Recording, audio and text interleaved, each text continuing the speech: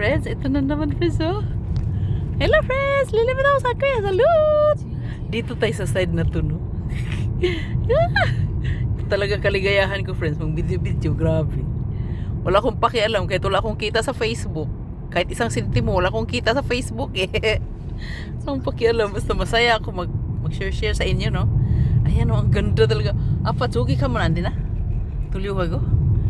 Oh, dito kasi ang asawa ko eh. Kaya Oh my gosh! Oh my gosh! Apa iki buya? Nagun kata pa? Nakita niyo friends? Iruki mo ka na? Iruki?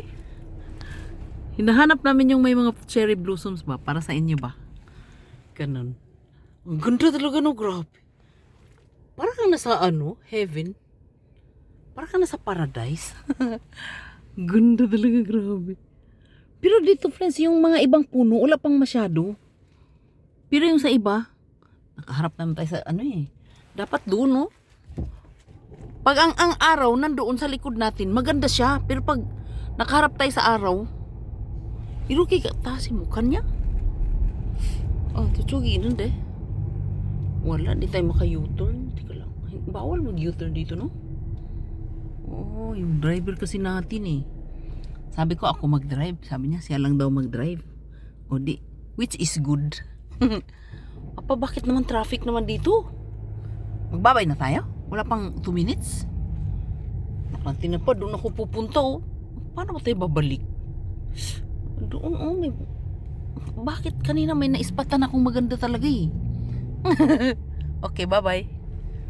Bye-bye! Stay and marabarsungan nyo. Maghahanap pa tayo ha, para sa inyo ha. Kayo talaga, baka-special nyo talaga. Ito yung bagong brand yung Santa Fe friends oh. Friends, ang ganda niya friends, promise. Pero sabi ni Unni, ang pangit daw. Pero para sa akin, ang ganda niya, promise. Yung brand new Santa Fe na 2025 model.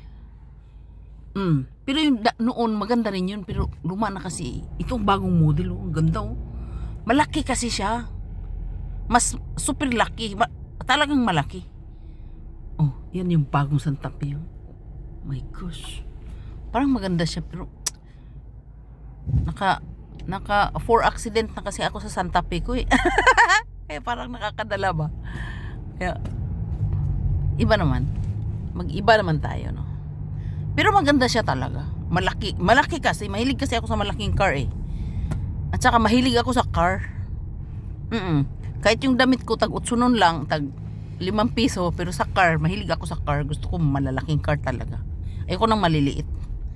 Kasi alam mo, yung mga anak ko, ang laki-laki, ang taba-taba. 100 kilos yata. Parang 100 kilos na yata yung panganay ko. Ang taba-taba nila, matatangkad